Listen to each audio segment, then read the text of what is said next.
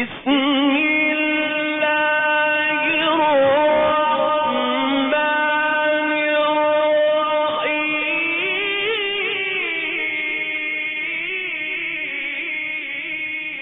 بسم اللہ الرحمن الرحیم.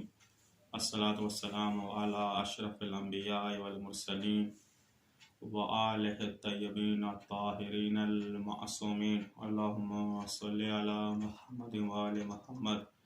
ناظرین کرام، السلام علیکم ورحمۃ اللہ وبرکاتہ. آج ایک آپ کے خدمت میں نیا پروگرام لے کر حاضر خدمت ہوئے ہیں.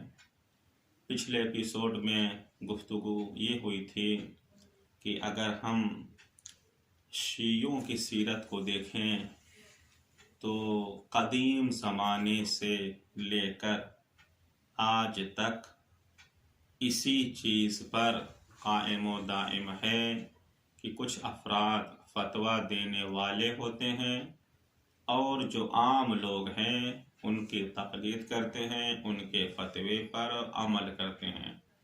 اس کا جو ہے مفصل بیان آپ تمام لوگوں کی خدمت میں گزشتہ ایپیسوڈ میں بیان کیا جا چکا ہے.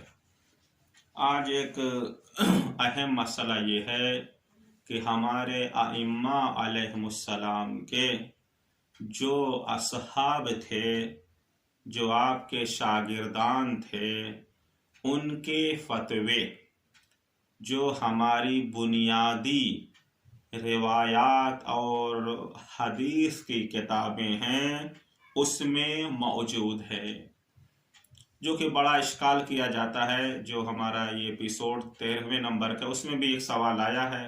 حالانکہ ہم نے سوال کے جوابات کا سلسلہ آخر میں انشاءاللہ مفصل جواب دیں گے، چونکہ ابھی ایک عنوان کے ماتحت مکمل گفتگو جاری ہے، تو اس میں بھی یہ اشکال ہوتا ہے. اور عام طور پر جو لوگ منکر تقلید ہیں یا تقلید کے اوپر بے بنیاد شبہہ اور اعتراض وغیرہ کرتے ہیں، وہ کہتے ہیں جناب جو ائمہ کے شاگردان تھے اور اصحاب تھے وہ امام کا کلام نقل کرتے تھے، ان کا فتویٰ وغیرہ نہیں ہوتا تھا. ٹھیک ہے، تو آج اس شبہے کا انشاءاللہ تعالی مکمل طریقے سے اور مدلل طریقے سے جواب دیا جائے گا. عنوان اس کا یہ ہے کہ ائمہ علیہم السلام کے شاگردان، ائمہ علیہم السلام سے روایت نقل کرنے والے جو علماء تھے، جو فقہا تھے، ان کے فتوے جو ہیں آج بھی ہماری اساسی کتابوں میں موجود ہیں. ٹھیک ہے انشاءاللہ تعالی. پہلے جو ہے اس کا جناب پہلا شاہد جناب کشی کی کتاب جو رجال کشی کے نام سے معروف ہے، اس میں آپ نے روایات نقل کی ہے. ٹھیک ہے، تو روایت نقل کرتے ہیں آپ جناب یونس بن عبد الرحمن سے. ٹھیک ہے کہ جناب یونس بن عبد الرحمن کہتے ہیں جناب حریث سے، جو آپ امام کے جلیل صحابی تھے، امام کے شاگرد تھے. کہتے ہیں یہ بتائیے ہم جو ہے مسح کریں سر کا تو مقدار کتنی ہونی چاہیے؟ تو انہوں نے فتویٰ دیا کہ 3 انگلی کی مقدار کے حصے سے آپ سر کا مسح کریں، یہ جو ہے کافی ہوگا. اس کے بعد جناب کشی نقل کرتے ہیں وَقَانَ یونس، یعنی کان یونس بن عبد الرحمن یذکر عنہ فقہا کثیرا. اللہ اکبر. یعنی جناب یونس بن عبد الرحمن جو بہت اہم شخصیت ہیں، فقیہ اہل بیت تھے، امام کے اصحاب میں سے تھے. آپ جناب حریث وہ بھی فقیہ تھے، امام کے اصحاب تھے، بہت زیادہ جو ہے فقہ اور ان سے مسئلہ نقل کرتے تھے، یعنی ان کے فتاوے کو نقل کرتے تھے. یہ ایک نمونہ جو ہمارے معروف کتاب رجال کشی میں موجود ہے. دوسرا نمونہ جو کتب اربعہ میں اہم ترین کتاب کتاب اصول کافی، جس کے مصنف و مؤلف ثقۃ الاسلام محمد بن یعقوب کلینی رضوان اللہ تعالی علیہ، جنہوں نے 20 سال کی محنت سے یہ علمی خزانہ ملت کے حوالے کیا۔ آپ جو ہے کتاب مواریث میں یہ ہم نقل کر رہے ہیں کہ اصول کافی کی شرح مرآت العقول علامہ مجلسی نے شرح کی ہے۔ تو اصل جو ہے یہ کتاب اصول کافی ہے، اس کی جو ہے شرح میں آپ جو ہے ایک مفصل جو آج کتاب موجود ہے کافی، اس کے باب یعنی کتاب میراث میں باب نمبر 11 پورے ایک فصل آپ نے قائم کیا ہے۔ اس میں فرمایا ہے ہوا کلام یونس، یہ جو ہم کلام نقل کر رہے ہیں وہ روایت اس میں نقل کی ہے کہ میراث میں 6 حصے جو ہیں اس سے زیادہ نہیں، نہ اس سے کم نہ اس سے زیادہ۔ یہ کس کا کلام ہے، کس کا فتویٰ ہے؟ جناب یونس بن عبد الرحمن، ایک یہاں پر ہے۔ اس کے بعد جناب شیخ صدوق اور جناب شیخ کلینی آگے جا کر پھر اس کتاب میراث میں نقل کرتے ہیں جو فرعی مسئلے تھے۔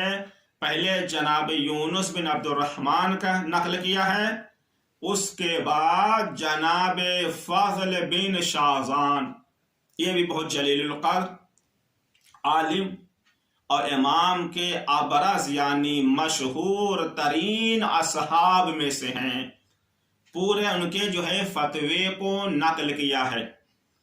تو ابھی تک ہم نے رجال کشی اصول کافی میں 2 جگہ سے اور تہذیب، اور ابھی تہذیب سے نقل کریں گے فقیہ یعنی من لا یحضرہ الفقیہ جناب شیخ صدوق، اور اس میں بھی گفتگو ہو چکی ہے۔ خود اس کتاب میں جناب شیخ صدوق نے اپنے فتوے کو خود ذکر کیا ہے، لیکن ابھی ہم علماء کے فتوے نہیں آپ کے سامنے پیش کر رہے ہیں، خود اصحاب ائمہ کے فتوے۔ اب جو ہے ہم آپ کے خدمت میں اختصار طور پر نقل کرنے جا رہے ہیں تہذیب الاحکام۔ یہ کتب اربعہ میں سے مشہور کتاب جناب شیخ الطائفہ شیخ توسی اعلی اللہ مقامہ کی ہے۔ اس کے جلد نمبر 8 صفحہ نمبر 97 اور اس سے آگے جو ہے ایک مفصل کلام نقل کرتے ہیں۔ گفتگو وہاں پر جاری ہے طلاق کی، خصوصاً طلاق خلع۔ وہاں پر آپ نے روایات کو نقل کر کے پہلے کہا ہے کہ ہمارا فتویٰ یہ ہے اور اسی پر میں اعتماد کرتا ہوں۔ اس کے بعد 4 اصحاب ائمہ کے فتوے کو نقل کیا ہے۔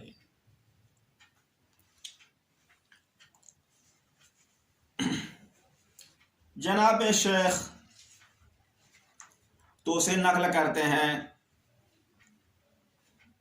ان کی عبارت یہ ہے، کہتے ہیں الذی اعتمدہ فی ھذا الباب وافتو بہ، اس باب میں ذکر کرتے ہیں، پورا فتویٰ اور پوری روایت نقل کرنا مقصود نہیں ہے، وافتو بہ جو میں فتویٰ دیتا ہوں یہ کلمہ ہے۔